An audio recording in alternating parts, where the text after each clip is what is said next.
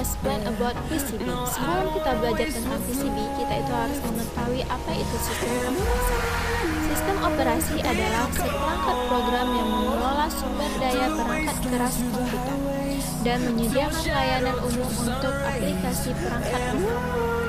Dalam sistem operasi terdapat sebuah proses.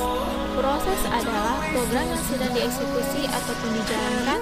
Jadi, setiap proses dalam sebuah sistem operasi ini mendapatkan sebuah PCB atau proses control block yang memuat informasi tentang proses tersebut. Nah, lalu apa itu PCB? Jadi, PCB atau sering kita sebut dengan proses control block adalah informasi-informasi lain yang diperlukan sistem operasi untuk mengendalikan dan koordinasi beragam proses aktif. Adapun bagian dari PCB, yang pertama itu ada pointer, kemudian ada proses state atau status proses, dan yang ketiga itu ada proses number. Selanjutnya ada program counter dan register, kemudian memory of limit, dan yang terakhir itu adalah list of open files. Jadi, setiap PCB ini memiliki fungsi yang berbeda. Yang pertama itu adalah proses state atau status proses, yang berisi informasi status proses seperti new, running, waiting, ready, dan terminal. Sedangkan program counter itu berisi informasi mengenai alamat instruksi yang akan digunakan selanjutnya dalam sebuah proses, maupun CPU register itu berisi informasi-informasi tentang register-register CPU apa saja yang digunakan, dan CPU scheduling information berisi penjadwalan proses beserta algoritma yang digunakan.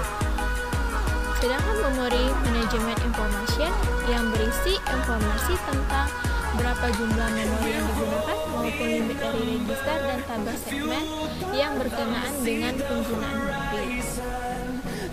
Selanjutnya ada I/O status information yang berisi informasi tentang perangkat apa saja yang digunakan dalam proses.